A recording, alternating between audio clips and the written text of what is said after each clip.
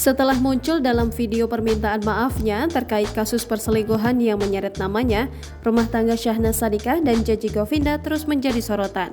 Video lama keduanya pun kembali diunggah banyak warganet di media sosial.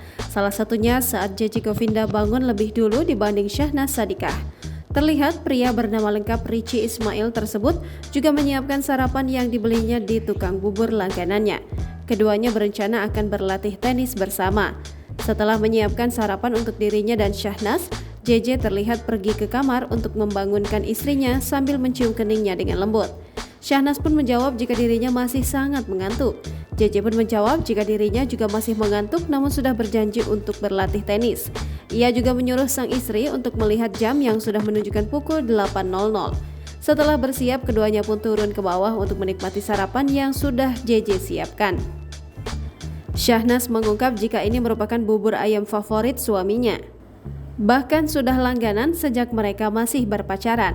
Namun sebelum makan, Syahnaz bertanya kenapa suaminya membeli bubur tersebut karena dirinya sudah merasa bosan.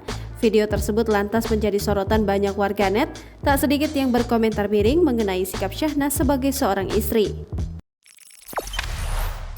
Jangan lupa subscribe, share, komen, dan like ya!